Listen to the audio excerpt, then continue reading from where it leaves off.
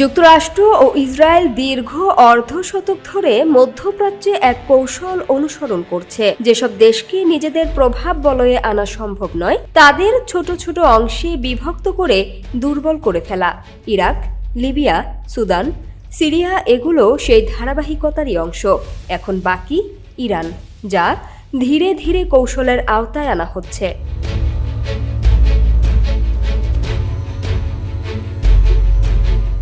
President Trump যুদ্ধের জন্য বিভিন্ন কারণ দেখালেও যুক্তরাষ্ট্রের ভেতরের কূটনৈতিক পর্যালোচনায় তা যথেষ্ট যুক্তিপূর্ণ নয়।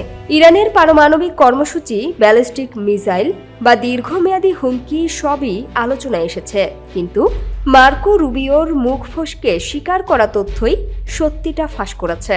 তার ভাষায়, আমরা অনেকটা বাধ্য হয়ে হামলা চালিয়েছি, কারণ আমরা জানতাম ইসরায়েল ইরানে হামলা করতে উদ্যত। তাতে ইরানের প্রতিশোধে আমাদের সৈন্যদের ওপর আঘাত হতো।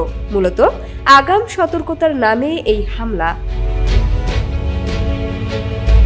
নিউ ইয়র্ক টাইমস জানিয়েছে, ইসরায়েলের প্রধানমন্ত্রী নেতানিয়াহু ট্রাম্পকে যুদ্ধের পথে ঠেলেছেন, কারণ তার যুক্তি সামরিক চাপ ছাড়া ইরানের সমস্যা সমাধান সম্ভব নয়। মার আ লাগো ও হোয়াইট হাউসে আলোচনার মাধ্যমে তিনি ট্রাম্পকে রাজি করান। এমনকি হামলার তারিখও জানুয়ারি থেকে ফেব্রুয়ারিতে এগিয়ে আনা হয়।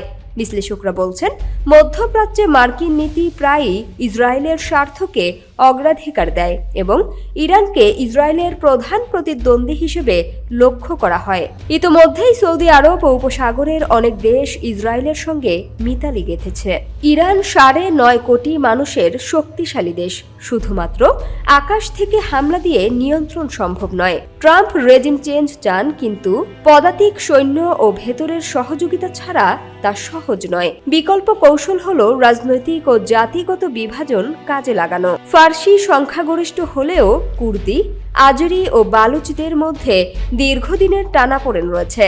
লিবিয়া ও সিরিয়ার মতো বিভাজন ইসরায়েলের জন্য লাভজনক। পরিকল্পনার মূল কৌশল হল কুর্দিদের ব্যবহার করা। ট্রাম্প ইরাকের মার্কিনপন্থী কুর্দিদের সঙ্গে আলোচনা করেছেন। তারা সক্রিয় হলে ইরানের সামরিক বাহিনী ঘরে বসেই ব্যস্ত থাকবে।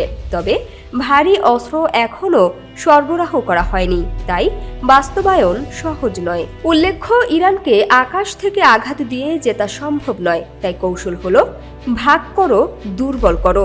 দেশের ভেতরে বিভাজনের মাধ্যমে অস্থিতিশীল করা, যেমন লিবিয়া ও সিরিয়ার ক্ষেত্রে হয়েছে। সামিয়া সুলতানা, ঢাকা ওয়াচ।